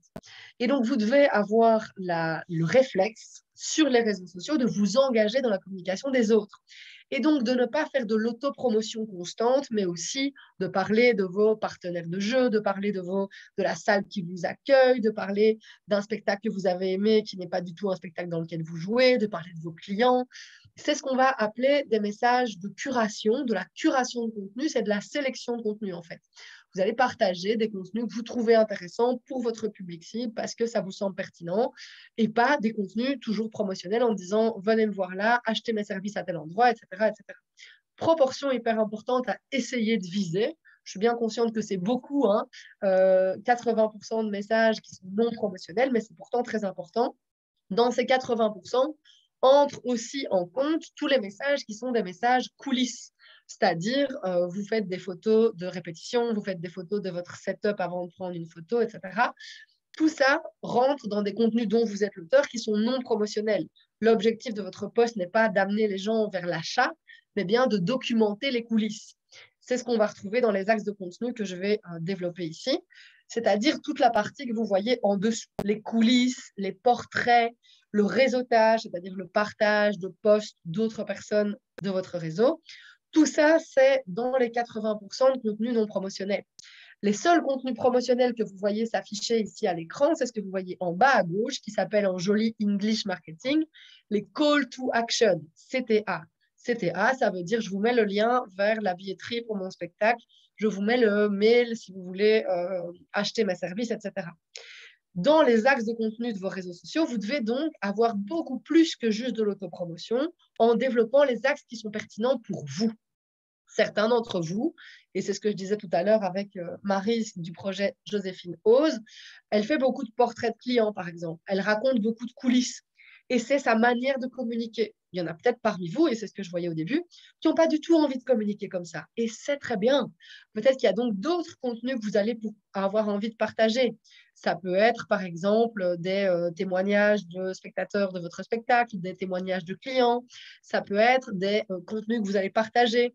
Vous allez partager des liens vers des expos que vous avez envie de conseiller, vers des spectacles que vous avez envie de conseiller, que sais-je. Vous choisissez les axes qui sont intéressants par rapport à votre positionnement. N'oubliez pas, ce truc de donnant-donnant là qu'on a vu, c'est vraiment cette idée-là. Trouvez le contenu qui nourrit intelligemment votre cible. Il y a un autre petit bouton où vous vous interrogez peut-être sur qu'est-ce qu'elle veut dire avec UGC. UGC, c'est donc pas les cinémas, mais le contenu généré par les utilisateurs. Qu'est-ce que ça veut dire? Ça veut dire que les personnes qui sont en contact avec vous, avec votre projet, avec votre production artistique, vont peut-être créer du contenu pour vous. Ils vont faire une photo de votre spectacle, faire une photo de votre exposition, faire un témoignage sur votre page Google My Business, que sais-je. Utilisez ce contenu. Faites en sorte de le valoriser. C'est particulièrement important, évidemment, sur Instagram, dans les stories, de repartager les stories qui parlent de vous. Ça permet de montrer que d'autres gens que vous parlent de vous et disent que vous faites du chouette boulot. Ça, c'est vraiment une bonne manière de communiquer, d'avoir des ambassadeurs. Donc, ce que vous voyez à l'écran, ce n'est pas du tout vous dire « Ok, je dois faire tout ça ». C'est vous dire « Ok, qu'est-ce que moi j'ai envie d'utiliser comme axe de contenu pour parler sur Facebook et sur Instagram ?» en sachant que ce que je ne peux pas faire, c'est dire tous les jours « Regardez comme je suis super, venez à mon prochain spectacle, achetez-moi mes services, etc. » Il faut trouver ce qui va pouvoir nourrir votre public. D'accord? Alors, les questions pour l'instant sont assez calmes, donc je vais continuer, mais s'il y a des choses qui ne sont pas claires, n'hésitez pas. De toute façon, je vais prendre le temps tout bientôt de répondre à tout le monde. En termes de branding, donc d'emballage de votre communication sur les réseaux sociaux, l'idée est donc que tout ça vous ressemble. Ce serait bien, non? C'est-à-dire que quand les gens arrivent, justement, je ne sais plus à qui j'ai répondu en disant ben, pas de problème, mets le lien vers ton compte Instagram dans ton CV de comédien. J'arrive sur ton compte Instagram, ben, il faut que j'ai tout de suite une idée de qui tu es, qu'est-ce que tu proposes, etc. Donc, il faut que tu emballes ça bien. Du coup, il faut faire un choix, les amis. C'est le moment du choix. C'est-à-dire, comme je le disais tout à l'heure, vous pouvez avoir comme ambition, et c'est la même chose pour Instagram que pour Facebook, comme ambition d'utiliser l'un ou l'autre de ces réseaux comme des plateformes qui vont attirer du public. Pour ça, par exemple, vous allez utiliser des hashtags sur Instagram, vous allez aller chercher des gens avec vos contenus. Pour ça, il faut jouer le jeu, c'est-à-dire il faut avoir une page Facebook ou un compte Instagram qui soit au top. C'est la colonne de gauche des slides que vous voyez à l'écran. Donc, vous devez avoir un compte Instagram ou une page Facebook au top, mais en plus de ça, vous devez alimenter le réseau de manière suffisante, c'est-à-dire sur Instagram, avoir des publications régulières dans la grille, plus en story, sur Facebook, avoir des publications régulières sur la page. Si vous ne faites pas ça, c'est-à-dire si vous publiez une fois tous les 3 mois, ben, vous sortez de cette catégorie-là. Ça ne sert à rien d'espérer du retour parce que l'algorithme sera fâché avec vous. Dans ce cas-là, ce que je vous conseille, c'est de passer sur la colonne du milieu, c'est-à-dire de construire un compte Instagram ou une page Facebook qui soit des vitrines de votre projet. Et donc, l'idée n'est pas que les gens soient attirés vers votre page Facebook sur Facebook parce que vous allez être promu par l'algorithme, mais plutôt de faire en sorte, comme le disait la personne dans le chat, que si vous passez le lien de votre compte Instagram ou si les gens vous voient en spectacle, et vous cherchent sur Instagram ou sur Facebook, ben, ils vous trouvent. Et quand ils vous trouvent, ils arrivent sur un espace qui est nickel, c'est-à-dire qui est bien paramétré, comme on l'a vu tout à l'heure avec la checklist. Mais en plus de ça, et j'insiste à fond la caisse pour ça, en plus de ça, il y a un petit message qui explique que votre compte est une vitrine. Pourquoi c'est important? C'est important parce que sinon, on peut avoir des mauvaises interprétations. Je vous montre un exemple. Ici, je suis sur le compte Instagram de Chloé, qui m'a l'air d'être quelqu'un d'assez régulier dans ses publications. Et donc, je clique sur sa dernière publication et je vois qu'elle date d'il y a 5 semaines, oui, de début février. Ça va, je me dis, OK, elle doit encore être vivante, c'est possible. Par contre, j'ai ici un exemple de chouette compte, voilà, qui a décidé de ne pas utiliser Instagram de manière régulière simplement parce que ils n'ont pas le temps de le faire ou l'envie de le faire. Et du coup, leur dernier message ici est un message qui date déjà d'il y a un petit temps, puisqu'on était en avril, mais ils viennent expliquer qu'en vérité, ils ne vont plus être présents sur Instagram, en tout cas, ils ne vont plus publier de manière régulière. C'est un choix que vous pouvez tout à fait faire, qui est tout à fait OK. C'est-à-dire que vous pouvez décider que votre compte Instagram, vous le construisez une fois. Karim, ça peut être un bon choix pour démarrer. Le construire, ça veut dire quoi? C'est-à-dire ce qu'on a vu ensemble, tout est bien paramétré, et tu viens poster une première grille, comme on va appeler ça, c'est-à-dire 9 images qui viennent montrer un peu qui tu es. Et ensuite, c'est tout. Si tu n'as pas le temps, pas l'envie de l'alimenter, tu le laisses là. Ce qui va se passer, du coup, c'est que personne ne va arriver dessus de manière magique parce que tu ne publies pas. Mais les gens, ils vont arriver parce qu'ils entendent parler de toi par ailleurs. D'accord? Et donc, l'idée, c'est qu'ils arrivent sur un endroit qui soit bien brandé, bien paramétré. Pareil sur Facebook, vous avez des comptes maintenant qui affichent comme dernière publication épinglée qu'ils sont suspendus, qu'ils n'ont plus d'actualité à partager parce qu'ils n'ont pas envie d'être présents sur Facebook. Et ça peut être le cas, Maria Elena, par exemple, si tu as une page Facebook, je pense que tu avais partagé le lien, je vais le retrouver ici. Ta page Facebook, tu disais qu'elle n'était pas super alimentée. Ça veut dire que la dernière chose que tu as publiée, c'est le 4 février. Ensuite, avant, alors en fait, tu partages, si je ne me trompe pas, plus ou moins tes photos Instagram, mais de manière pas super régulière. Si ça t'emmerde d'utiliser Facebook parce que tu as l'impression que tu ne touches pas ton public, moi, ce que je ferais à ta place, c'est de mettre une publication épinglée qui dit je préfère montrer mon travail sur Instagram qui convient mieux à justement la présentation de ce que je fais dans la vie. Je vous invite donc à me suivre par ici et tu mets le lien vers ton compte Instagram. L'idée, c'est que les gens arrivent et ne se disent pas, oui, ça fait 6 mois qu'elle a pu publier, probablement qu'elle ne travaille plus ou qu'il y a des problèmes de son côté, etc. D'accord? Mais donc, pourquoi je vous encourage à faire ce choix? Parce que j'en ai ras-le-bol d'avoir des gens en formation qui arrivent, encore une fois, et qui me disent oh, j'ai ma page Facebook ou j'ai mon compte Instagram, mais ça ne marche pas.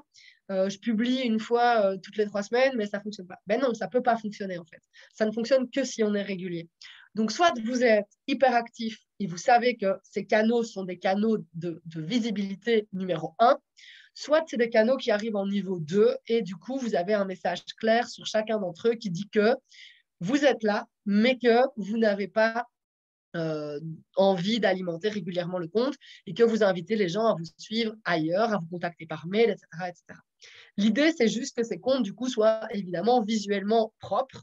Là, je vous ai mis 2 exemples de visuels. Donc, ce n'est pas la photo de couverture, hein, c'est la grille. Je me suis emmêlé les pinceaux dans mon PowerPoint. Ce branding sur Instagram, c'est vraiment cette première grille sur laquelle les gens arrivent et qui donne une cohérence. Hein, c'est ce que je disais avec le compte Instagram de Chloé, qui était très cohérent visuellement. Mais évidemment, c'est quelque chose, si vous vous dites, j'ai pas envie de commencer à travailler mon compte Instagram tout le temps, faites au moins quelque chose de visuellement impactant qui donne tout de suite une idée de qui vous êtes, ce que vous faites et de l'univers dans lequel vous évoluez. C'est encore une fois facile à dire, mais c'est vraiment l'endroit où vous devez mettre vos belles photos et mettre quelque chose qui donne un regard sur toutes les facettes de votre métier. Si vous êtes comédien et que vous êtes actif à la fois au théâtre, à la fois en télé, à la fois en cinéma, ben, il faut évidemment que sur cette première grille Instagram, on puisse voir tout ça. D'accord? Et donc, il faut encore une fois avoir de la cohérence dans vos canaux. Même si ces canaux sont suspendus, comme je viens de le proposer pour Facebook et sur Instagram, quand les gens arrivent dessus, il faut que ce soit cohérent. Et donc, si vous avez mis le lien vers votre page Facebook ou votre compte Instagram sur votre CV ou que sais-je, mais quand les gens arrivent dessus, il faut que ce soit cohérent et il faut qu'ils soient envoyés vers l'endroit où vous voulez qu'ils aillent. Votre site, votre boîte mail, une inscription à une newsletter, ce que vous voulez.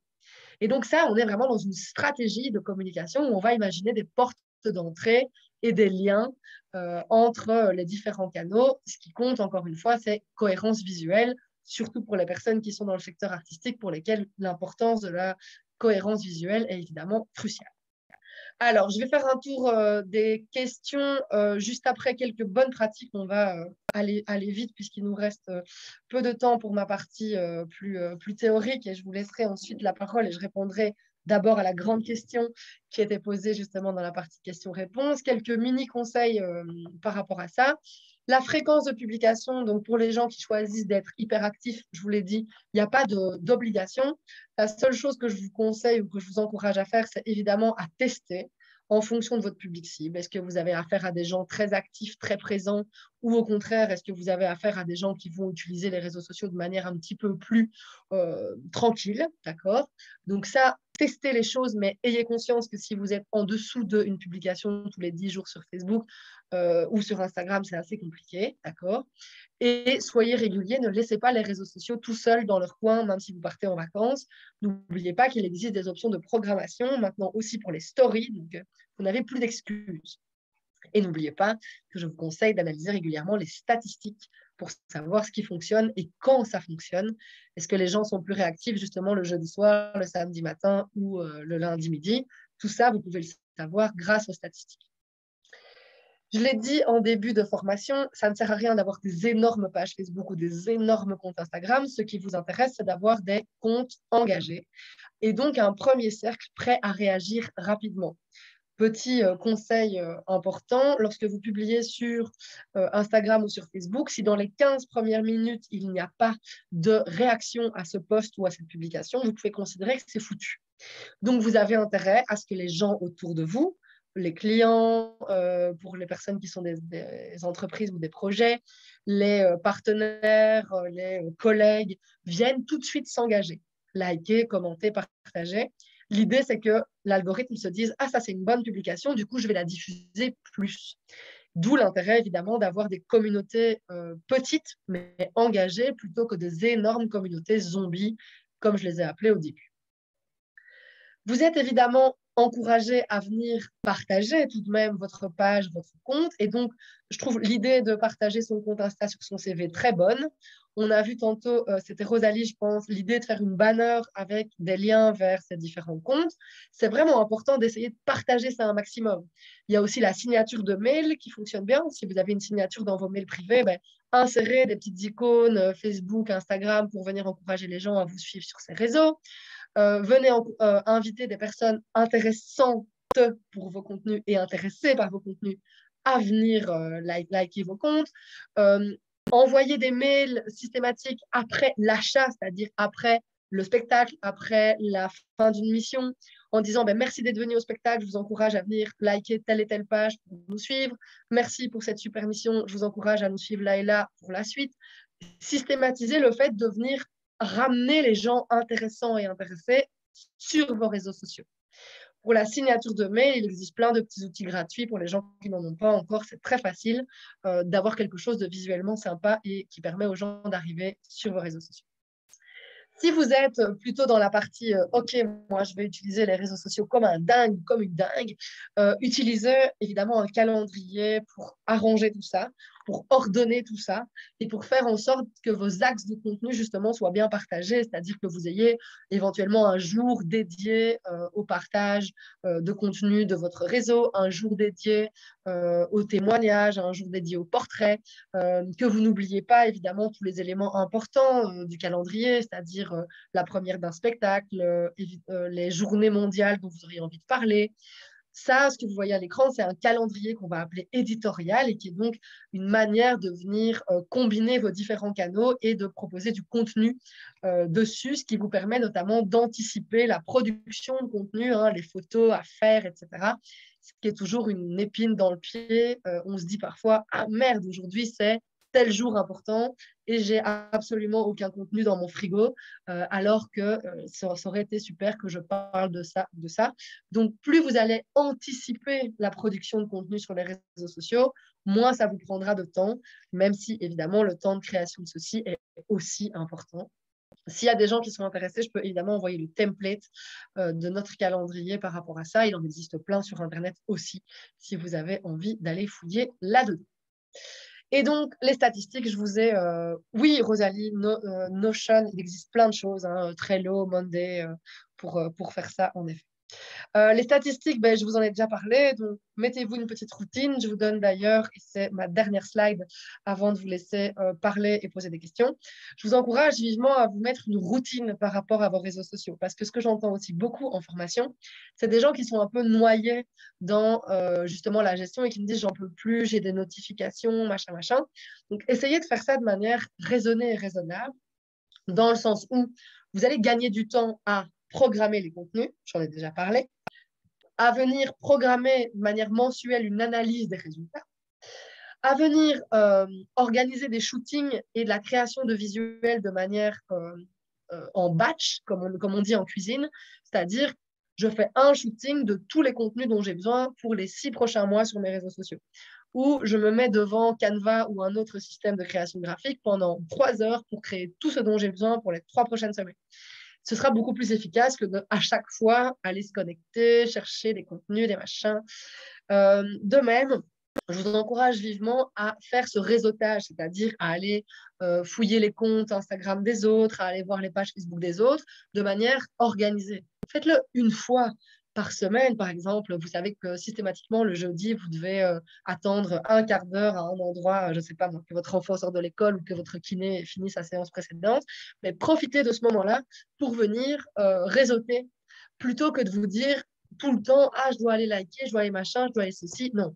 Organisez votre temps, ça vous permettra déjà d'y voir un petit peu plus clair et d'avoir l'esprit plus léger. Mettez aussi en place une ligne éditoriale claire, c'est-à-dire sachez comment vous parlez sur les réseaux sociaux. Sur Facebook, je parle, par exemple, puisque je vois la question de Chloé, j'utilise telle langue, le français ou l'anglais, je structure mes posts de telle manière, je mets un hashtag ou pas.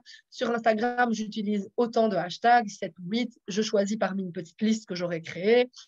Toutes ces choses sont des éléments qui vont vous permettre d'anticiper encore une fois, la création de ce contenu plutôt que à chaque fois vous demander attends, mais quel ton je vais prendre, comment je vais écrire, comment ceci, comment cela. Essayez de structurer les choses, ce sera plus facile aussi pour vous pour créer des contenus qui soient efficaces et qui aient un retour sur investissement en termes de temps de travail qui soit opportun, que vous ne mettiez pas 1 heure à écrire un post pour ensuite vous dire ah mais c'est pas du tout ça que j'aurais dû faire. Donc facilitez-vous la vie et cadrez les choses, n'est-ce pas? Ça, c'est la petite routine. Après, évidemment, chacun, vous choisissez la manière dont vous avez envie de faire ça. Voilà pour tout ce que j'avais à raconter de manière théorique. Il y a plusieurs questions auxquelles je n'ai pas répondu, donc je vais les prendre dans l'ordre. Si vous avez envie de poser vos questions dans le chat, dans le Q&A ou même au micro, je vous laisserai prendre le micro dans un petit instant. C'est maintenant à votre tour. À quoi je n'ai pas répondu? Karim, je t'ai répondu, donc créer une page pro ou adapter ta page actuelle. Je pense que je t'ai répondu. Si ce n'est pas clair, n'hésite pas à me le dire. Alors, Étienne, l'usage de mèmes comme promotion est-il légal? C'est une excellente question. J'imagine qu'il y a des mèmes qui doivent être libres de droit et d'autres pas, un petit peu comme les GIFs ou comme les photos. Après, je ne suis pas du tout juriste, donc je t'encourage réellement à aller vérifier ça auprès d'une personne plus habilitée que moi, mais je pense qu'il doit y avoir des banques de mèmes open source, un petit peu comme on peut trouver des Creative Commons pour les images. En tout cas, j'en vois beaucoup passer. Alors, tac, tac, tac. Je pose la question longue qui était dans la section questions-réponses. Est-ce que ça pose un problème si la page Instagram reste privée? C'est une grande question, je trouve. Et donc, la personne qui a posé cette question, dont je ne vois pas le nom, explique qu'elle préfère utiliser son compte Instagram comme son compte LinkedIn, c'est-à-dire comme un carnet d'adresses où elle peut éventuellement partager du contenu lié à ses activités à des gens du même secteur. Et ça peut paraître étrange, mais pas encore à l'aise avec l'idée d'avoir un compte ouvert à tous. Alors, je ne pense pas que ce soit forcément une mauvaise stratégie. Je vais te donner un exemple. Je collabore actuellement avec un musée à Bruxelles et donc je suis des artistes, par exemple, pour une prochaine exposition et certains d'entre eux ont encore des comptes privés. C'est vrai qu'au départ, ça m'a paru un peu étrange parce que je me suis dit, tiens, c'est se couper forcément d'une partie du public, c'est se couper d'une vitrine puisque tu sais que les comptes privés, par défaut, on ne voit pas leur grille. On voit simplement leur bio, etc. Donc, on manque une partie de la communication, ça, je suis d'accord. Après, je pense qu'il vaut mieux que tu sois à l'aise avec le fait de dire, OK, maintenant, je veux bien que ce soit public et que n'importe qui y accède. C'est mieux que tu sois à l'aise plutôt que de dire, je suis obligé, je suis obligé, je suis obligé.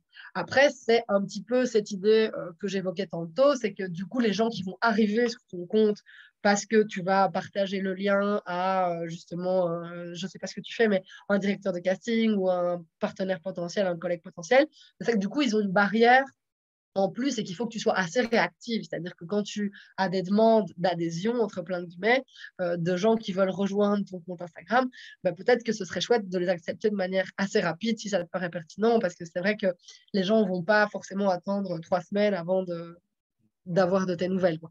Donc, ce n'est pas une mauvaise stratégie, mais c'est à mon avis une stratégie qui doit être temporaire si ton objectif est quand même d'utiliser Instagram de manière professionnelle. J'espère que ma réponse était claire. Si ce n'est pas le cas, n'hésite pas à me le dire dans le chat, au micro ou où tu veux.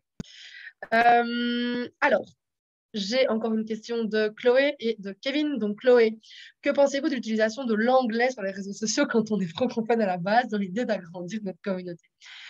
Chloé, j'ai oublié. Non, tu fais de la création visuelle. Tac, tac, tac. J'ai ouvert ton compte plusieurs fois, mais je ne sais plus ce que tu fais. Voilà, graphiste indépendante et présente sur Instagram.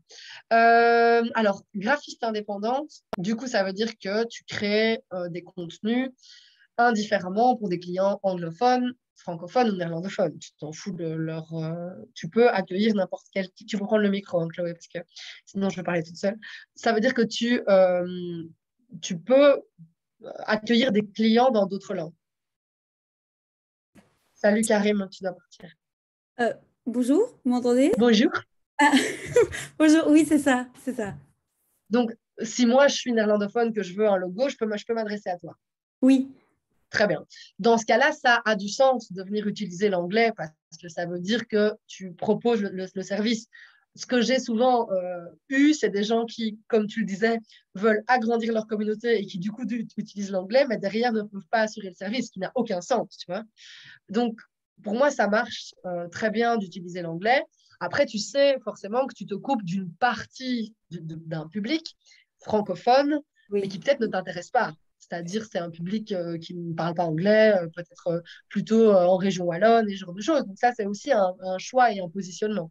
Mais je comprends l'idée. Tu vas toucher en Belgique beaucoup plus de monde, vu que tu vas pouvoir toucher toute la partie néerlandophone. Tu vas pouvoir toucher même au-delà de la Belgique si ça t'intéresse. Et si tu peux assurer derrière le service, c'est-à-dire créer des logos, créer des chartes graphiques, créer je ne sais quoi de manière efficace dans d'autres langues, pour moi, ça marche à fond. Ok, ça va. Merci beaucoup. Je t'en prie. Rosalie pose la même question pour la musique. Tu as plus d'audience anglophone qui réagit, bah, du coup, fonce. Si tu vois déjà. Donc, ça, c'est un enseignement des statistiques aussi, hein. Dans les statistiques Facebook et Instagram, vous pouvez voir quelle langue parlent les gens qui réagissent, ce qui est super cool. Donc, si vous avez envie de vous dire, tiens, je teste français-anglais et je vois ce qui fonctionne le mieux, et que tu te dis, Rosalie, tu as plus d'audience anglophone, fonce. Alors, j'ai une question un peu longue de Kevin. Qui dit donc Instagram, donc Kevin, je vais reprendre tout au début, il y avait une présentation qui était super, pam pam pam pam. Kevin, il est donc, je l'ai là, voilà, photographe dans la mode et le portrait avec la communauté LGBT. Trop bien. Et donc Kevin dit Instagram, c'est super frustrant, non seulement Instagram a réduit ma visibilité, c'est exactement. Probablement parce que je travaille avec la communauté LGBT. Ouais, mais ça, c'est le problème. C'est que souvent, tu sais bien comme Instagram est puritain, c'est l'enfer. À ça s'ajoute que depuis que j'ai un compte pro, ils veulent me faire payer pour promouvoir certains posts. Du coup, c'est logique, ouais, puisqu'ils réduisent la visibilité. Ça demande énormément de temps pour peu de résultats. Eh bien, ça, mon cher, je suis tout à fait d'accord avec toi. Donc, ce dont parle Kevin, c'est cette fameuse logique des réseaux sociaux actuellement, qui est de vous encourager à venir sortir votre carte de crédit pour avoir plus de visibilité. Mais ça, c'est Mark Zuckerberg et sa logique business. C'est-à-dire que l'idée derrière Facebook et Instagram, c'est pas de vous donner des plateformes gratuites pour avoir plein de visibilité, c'est de remplir les poches de Facebook et ses actionnaires. Et donc, forcément, il y a à un moment, comme tu le dis très bien, beaucoup de travail, réfléchir des photos, penser sa grille, machin, et pas forcément beaucoup de résultats. Parce que, justement, Facebook se dit que si tu as une frustration, tu vas peut-être passer par la case payer et donc, du coup, atteindre plus de gens. C'est un choix quasi philosophique, j'ai envie de dire, parce que quand tu sponsorises des posts, ben, il est écrit qu'ils sont sponsorisés. En plus, dans ton cas, j'imagine que tu peux avoir aussi certains freins en te disant ben, pourquoi je donnerais de l'argent à des plateformes qui déjà me suppriment mon contenu parce qu'il ne convient pas à leurs règles hyper puritaines, tu vois. Mais il faut savoir que c'est des plateformes qui ne nous appartiennent pas et voilà, qui ont des règles assez chiantes et on doit avoir conscience que pour être super visible, souvent, il y a cette fameuse notion de sponsorisation. Moi, je suis toujours pour le fait de dire qu'il est possible de faire de la bonne stratégie de contenu organique, c'est-à-dire gratuite, mais je suis bien consciente que ça peut être très frustrant. Donc, merci de partager ça aussi parce que je pense que c'est assez partagé. Alors, est-ce que j'ai fait le tour des questions que j'avais? Tac, tac, tac, je pense. S'il y a des gens qui ont encore des questions, c'est le moment, c'est l'instant de vous exprimer. Ne laissez pas un grand blanc atroce comme ça, hein. Ne me dites pas non plus que ce que j'ai raconté était tellement clair qu'il n'y a pas de questions, s'il vous plaît. Ça n'est pas possible. Si, vous allez faire ça. Ah, Chloé, est-ce qu'une story peut composer un post? Alors là, il faut que tu m'expliques. Tu peux rallumer ton micro. Désolée, je reviens, pardon. J'ai mal écrit, je voulais compenser dans le sens où moi, par exemple, ici, je ne poste pas pendant... là, c'est vrai que ça fait longtemps, ça fait presque 5 semaines, mais à côté de ça, j'ai posté plus ou moins entre 1 et 2 stories par semaine. Et donc, est-ce que mon audience est quand même présente, vu que je ne poste pas un post, mais je suis toujours en story présente? Tout à fait. Donc, alors, ton audience, c'est différent. L'algorithme est content. C'est-à-dire que l'algorithme voit que tu utilises Instagram, donc c'est OK, c'est bien. Ton audience, j'ai envie de te dire que c'est un peu différent parce que j'aime toujours faire une blague un peu ridicule, mais l'audience que tu as sur ta grille n'est pas la même que l'audience que tu as sur tes stories. Parce que comment savoir si quelqu'un est vieux ou jeune? Facile. Est-ce qu'il consulte Instagram comme ça ou comme ça? Les jeunes, comme tu es, probablement que tu ne fais que regarder les stories. Tu remontes beaucoup moins le fil. Les vieux comme moi, on remonte le fil d'abord. Donc, ton audience plus âgée va moins te voir parce qu'ils vont moins consulter les stories. Après, l'algorithme sera content que tu sois là en story aussi. Donc, ça va en termes de fidélité. Tu es plutôt dans les bonnes cases. Ok. Et comme je disais, tu vois, moi, j'ai plein de gens qui ont des comptes semi-suspendus, c'est-à-dire ils ont une grille propre à laquelle ils ne veulent pas toucher parce que au niveau visuel, c'est trop de travail. Tu vois, leurs photos sont trop travaillées. Et donc, ils s'y touchent pas pendant même des mois. Mais par contre, ils sont hyper actifs en story et ça marche. Ok, ça va. Merci. Je t'en prie. Alors, Rosalie, est-ce qu'il faut absolument varier le type de contenu en story Instagram? Elle cite par exemple Reels, sondages, etc. Alors, est-ce qu'il faut absolument... Il y a une règle un peu chiante dans le groupe Meta, c'est que Mark Zuckerberg aime bien qu'on utilise un maximum de ses nouveautés. Donc, évidemment que si tu varies les types de contenus, si tu testes plein de nouvelles étiquettes, de machin, de ceci, il sera content. Après, il ne faut pas non plus penser qu'à l'algorithme. Donc, ce que je t'encourage vraiment à faire, c'est à voir ce qui fonctionne auprès de ton public, quoi. Et justement, à tester et avoir le retour sur investissement en termes de temps de travail. Est-ce que ça prend du temps de créer un Reel? Est-ce que le retour est là ou pas? Et du coup, de voir si ça donne des bons résultats. Mais en effet, ça vaut la peine de varier les types de contenus et puis de tirer des conclusions, quoi. Mais il ne faut pas absolument se dire je suis obligé de changer de truc tous les jours. J'arrive tout de suite, j'ai vu la main qui s'est levée, mais je réponds d'abord à Maryse. Les stories dupliquées d'Instagram vers Facebook. Alors, c'est une excellente question. Donc, vous savez, depuis maintenant un petit temps, Facebook a importé le format story. Et du coup, on voit des gens qui vont dupliquer les stories Instagram vers Facebook. Alors, ça m'emmerde un peu parce que j'avais l'habitude de dire que la grille Instagram, c'est un contenu à part, c'est visuellement, ça doit claquer, c'est autre chose. Mais j'avais l'habitude de dire que le contenu qui est dans les stories Instagram, c'est-à-dire en général des contenus plus coulisses, des sondages, des choses un peu plus participatives, c'est un peu la même chose que ce que vous trouvez sur la page Facebook, c'est-à-dire du contenu plus humain, plus proche des gens, etc. Du coup, je suis bien emmerdée maintenant qu'il y a les stories Facebook parce que c'est pour moi les coulisses des coulisses, quoi. Donc, la duplication systématique, je ne serais pas spécialement pour parce que je pense encore une fois qu'on a un public légèrement différent et que ça vaut la peine d'aller chercher justement les spécificités en story Facebook en venant proposer du contenu peut-être justement interactif pur, c'est-à-dire sondage, questions ouvertes, etc. Parce qu'il ne faut pas oublier que le contenu Facebook en lui-même est déjà très coulisse, quoi. Donc, ce n'est pas interdit. En tout cas, c'est beaucoup moins interdit que de faire de la duplication de contenu de la grille Insta vers la page Facebook. Ça, pour moi, c'est non. Les stories, je peux entendre, même si dans un monde idéal, je pense qu'on peut travailler de manière encore plus précise. Mais qui a le temps de faire ça? Marie, c'est une question ouverte. Il y a quelqu'un qui a levé la main et je pense que c'est Maria Elena ou je me trompe. Je ne sais pas, en fait. Tu as levé la main. Et je ne sais pas du coup si je peux faire quelque chose avec ça. Parce que tu sais prendre le micro. Mana, tu peux prendre le micro. Je ne sais pas ton prénom du coup. Non, je ne t'entends pas. Qu'est-ce que je peux faire pour ça? Attends. Mana, est-ce que je peux te donner la parole?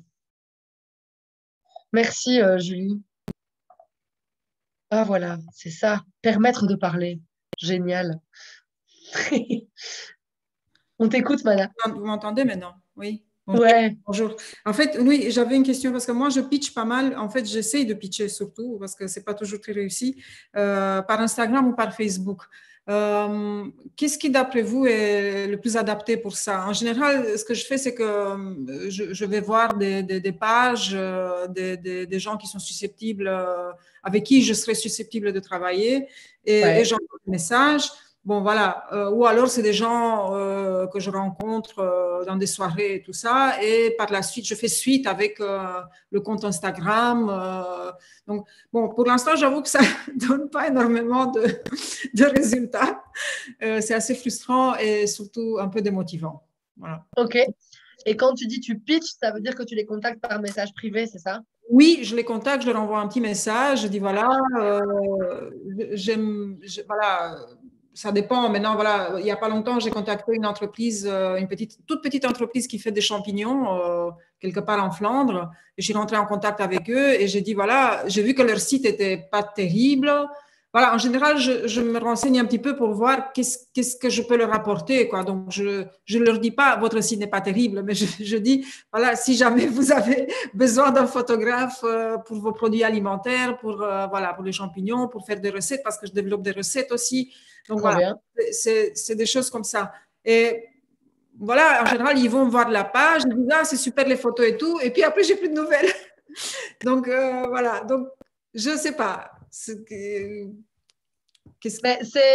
une très bonne question parce que ce que j'entends beaucoup, c'est le fait que les réseaux sociaux peuvent servir justement en message privé à ce que des gens viennent te poser des questions tu vois, de leur part, c'est-à-dire je suis une entreprise, j'ai besoin de nouvelles photos, je cherche quelqu'un pour faire ça et donc j'arrive sur ton compte et je viens de parler.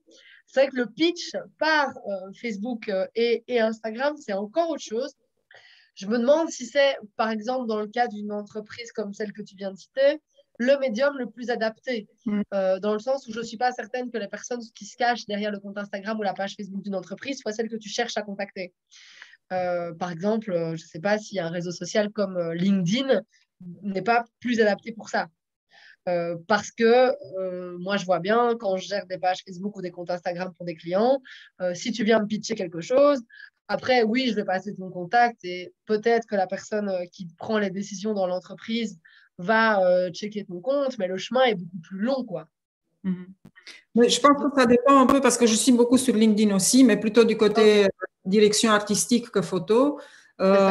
Mais par exemple, LinkedIn, moi, je l'utilise plus pour des entreprises, effectivement, qui sont des plus grosses entreprises. Mais par exemple, pour des petites entreprises comme un petit restaurant ou des choses comme ça.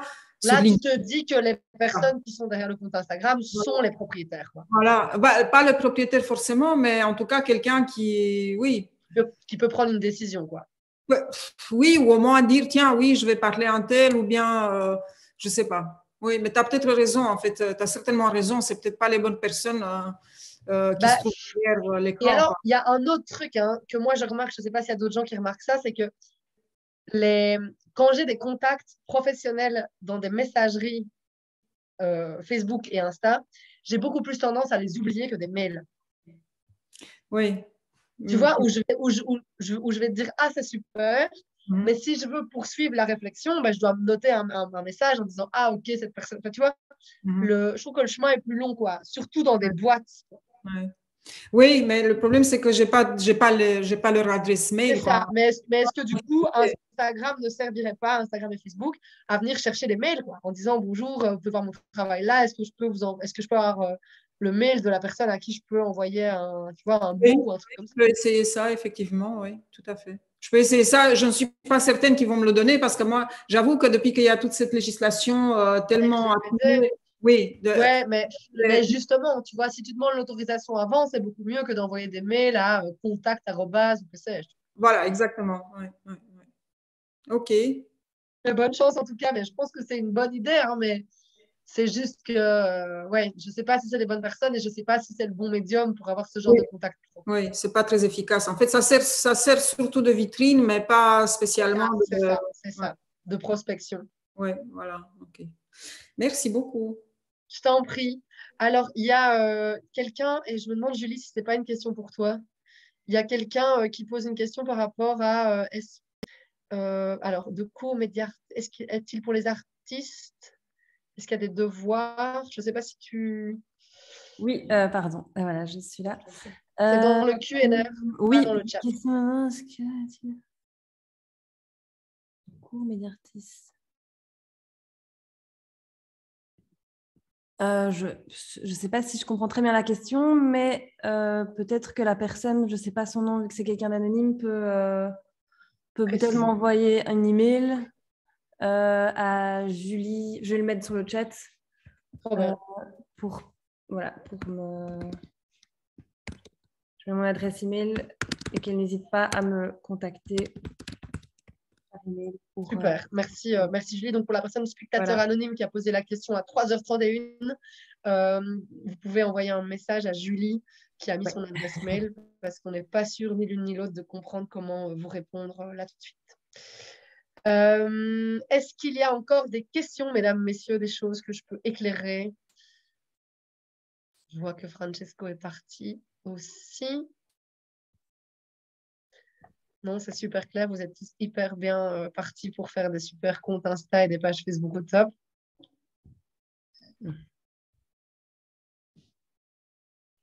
Trop bien. Merci, merci Étienne. On va essayer. Kevin, non, je n'entends pas.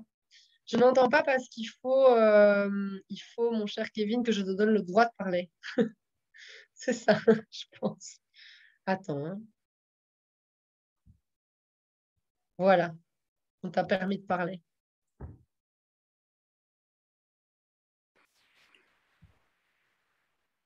Attends, ça bug là. Tu m'entends? C'est bon. Là, on t'entend, ouais. Yes, alléluia.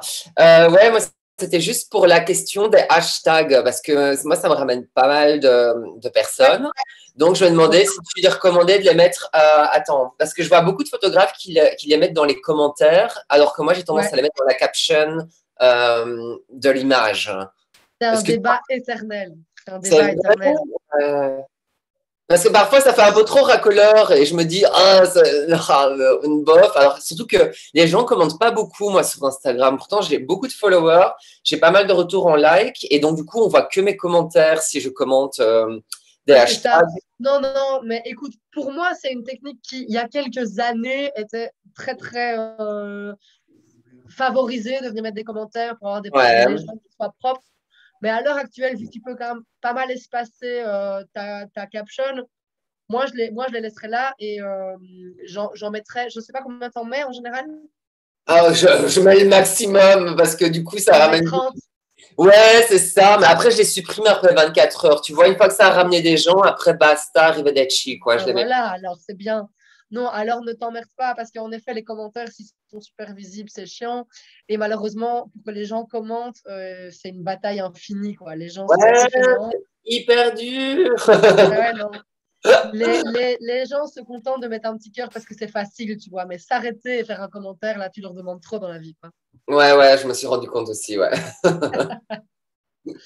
Mais donc, pas de souci pour la laisser en caption, je pense, pour le moment. Ok, d'accord, ben, je vais continuer comme ça alors. Merci. C'est une bonne stratégie, en tout cas, de les enlever une fois qu'ils ont fait leur taf. C'est cool. Ouais, tout à fait. Merci Solange. Top. Avec grand plaisir.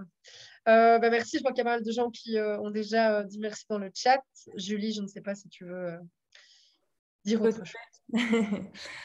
Mais non, mais donc merci beaucoup Solange pour ce webinaire très intéressant. Je remets juste le lien peut-être dans le chat pour les médias artistes qui souhaiteraient s'inscrire au petit workshop donc, qui a lieu le 1er avril. Oui, tout à fait. Voilà. Et voilà. Mais merci beaucoup, merci à tous. Je vous enverrai donc les slides de Solange par email suite dans les jours qui viennent. Voilà. Bon après-midi tout le monde et bon amusement sur les réseaux sociaux. N'y perdez pas trop de temps. C'est dur ça. Ah oui, mais écoute. À bientôt. Merci Solange. Au revoir. Merci à tous. Avec plaisir.